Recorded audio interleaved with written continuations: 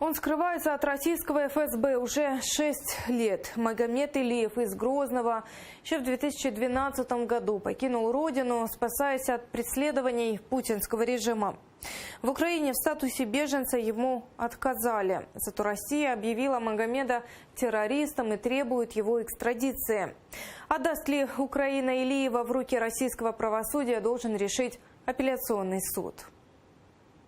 Начали сперва забирать одноклассников, которые посещали мечеть. В основном забирают тех, которые ночную молитву, и некоторых пытались, с побоями возвращались оттуда. Так начались шестилетние мытарства Магомеда Ивлева. В 2012-м, рассказывает, когда из-за преследования российских спецслужб начали без вести исчезать его соседи, подумал, следующим может не вернуться домой уже он.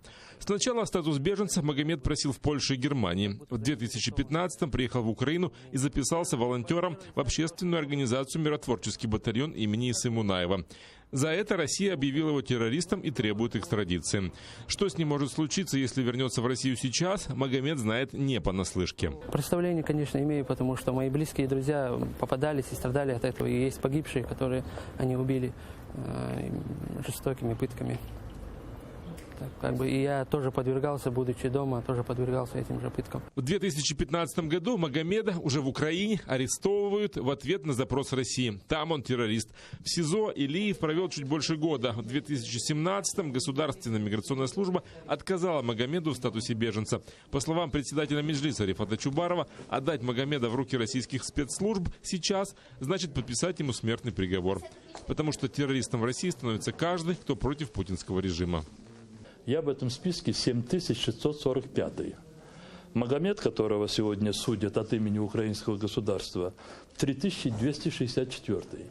Если Магомеда сегодня присудить к выдаче России, то завтра спокойно можно присудить Чубарова.